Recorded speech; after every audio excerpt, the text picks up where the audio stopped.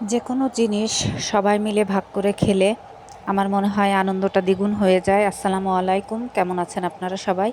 আমরা আলহামদুলিল্লাহ সবাই ভালো আছি। নতুন গাছের নতুন আম, আবার দেখতেও মাশাল্লাহ। সবাইকে একটা দুইটা করে দিয়েছি। এই দুইটা আম আমার বিয়ানের জন্য আজকে পাঠাবো। ছোট গাছ, আসলে আমগুলো সেরকম পোক্ত হচ্ছে না, আগেই নষ্ট হয়ে যাচ্ছে। সব গাছের আমই পেড়ে ফেলেছি। এই গাছের আম কয়টাই ছিল। আম দেব আর কয়েকটা লেবু দিব ভাবছি। লেবু তো এবার আমার ছাদে বাম্পার ফলন হয়েছে আলহামদুলিল্লাহ। ঘরে রেখে খাওয়ার মতো দিব না, অল্প কয়েকটা দিব। রাত্রি তুই যদি ভিডিও দেখিস, লেবু ফুরাই গেলে এসে আবার নিয়ে যাস। আর দেখেন কি পরিমাণ রোদ্দুর উঠেছে, যে এই রোদ দেখে কেউ বলবে যে একটু পরেই আবার হয়তো বৃষ্টি নামবে, এরকমই আসলে হচ্ছে। এই রোদ এই বৃষ্টি, এই রোদ এই বৃষ্টি। আজকে এই রোদ দেখে ভাবছি যদি বিকালের দিকে একটু সুবিধা থাকে তাহলে আমি গাছের কয়েকটা ঘাস উড়াবো। টবগুলোর তো খুব খারাপ অবস্থা। আর এই গাছটার প্রত্যেকটা ঢালে এত পরিমাণ লেবু এসেছে আলহামদুলিল্লাহ। মানে প্রত্যেকটা ডালেই লেবু একদম থোপা ধরে, এক একটা ঢালে মনে হয় 10-12টার উপরে করে আছে লেবু। আর আমার ওই সাইডে লেবু গাছগুলোর থেকে লেবু আনা সম্ভব না। মাঝখানে দেখেন এত পরিমাণ পিছলা হয়েছে। লেবু ওই দেখেন পেকে পেকে গাছ থেকে পড়ে যাচ্ছে, কিন্তু লেবু ওই পাশে যাওয়ার সাহস আমার নাই। আছাড় খেয়ে যদি পড়ে যায়, এই জন্য ওদিকে আর যাব না। যা পেরেছি এগুলোই দেব।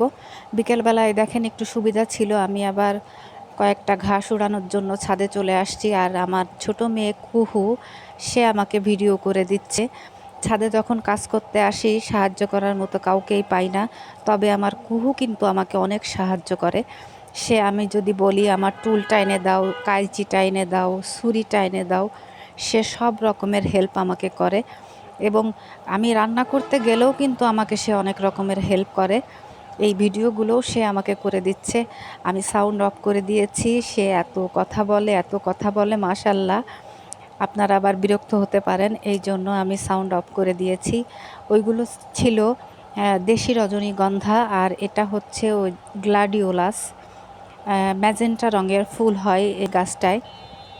কি পরিমাণ ঘাস হয়েছে! কয়েকটা ঘাস, 2-3টা টপের ঘাস উঠাইছি, তাই কত ঘাস। আর এই যে গাছটাতে কড়ি বের হয়েছে দেখেন, এটা দেশি রজনীগন্ধা। আর এটা যে গ্ল্যাডিওলাস বললাম, এর থেকেও এই যে ফুলের কলি বের হয়ে আসছে, কিন্তু পাতাগুলো কেন যে এরকম হয়ে আসছে বুঝতে পারছি না। আর এই পাশেরটাই একটা দুইটা মাত্র বের হয়েছে রজনীগন্ধার কলি। আর এই গাছটায় বেশ কয়েকটাই বের হয়েছে রজনীগন্ধার কলি। বের হলে মানে ফুলগুলো যখন ফুটবে তখন অনেক স্মেল হবে। আর এই গাছটা, ফুল গাছটার নাম আমি আসলে বলতে পারছি না, কিন্তু কালারটা দেখেন কি পরিমাণ এত সুন্দর লাগছিল। ক্যামেরায় কেমন লাগছে আসলে বলতে পারছি না।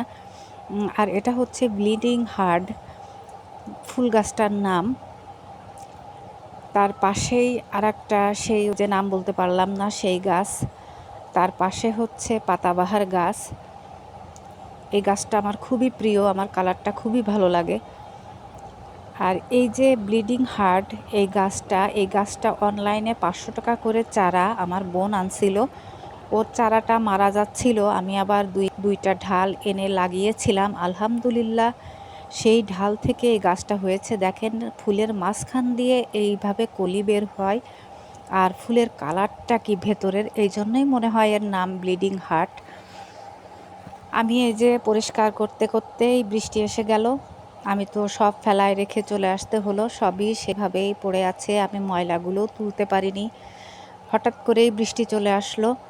আমার টুল, ঝাঁটা, বাড়ুন সব কিছুই, ছুরি, কাঁচি সব কিছুই ছাদের উপরেই রয়ে গেছে, কিচ্ছুই আনতে পারিনি। আমি নিজেও অনেকটা ভিজে গেছি। সন্ধ্যার পরে একটু সুবিধা হলো, আমি আবার বাজারে গেলাম কয়েকটা টাটকা মাছ তরকারি আনার জন্য। ঘরে মাছ আছে, তারপরও ভাবলাম যে যাই, একটু টাটকা খাবার খাওয়ার ইচ্ছা হচ্ছিল। চলে গেলাম মা আর মেয়ে বাজারে। আমি 6 কেজির ওপরে হবে একটা পাঙাশ মাছ নিয়ে আসছি, আর কয়েকটা পুঁটি মাছ নিয়ে আসছি। এখন এগুলো কুটে ধুয়ে পরিষ্কার করে নেব। পুঁটি মাছগুলো আমি যখন বাজারে গিয়ে দাঁড়াই তখনই একটা লোক নিয়ে আসছিল হাঁড়ির ভেতরে। মাছগুলো একদম তাজা ছিল। আমি বেশি আনিনি, অল্প করে এনেছি। আজকে আর ভিডিওটা বড় করব না, এই পর্যন্তই থাক। সবাই ভালো থাকবেন, আমাদের জন্য দোয়া করবেন। আর আমার ব্লগ ভিডিও যদি ভালো লাগে থাকে অবশ্যই লাইক, কমেন্ট, সাবস্ক্রাইব করে আমার পাশে থাকবেন। আল্লাহ হাফেজ।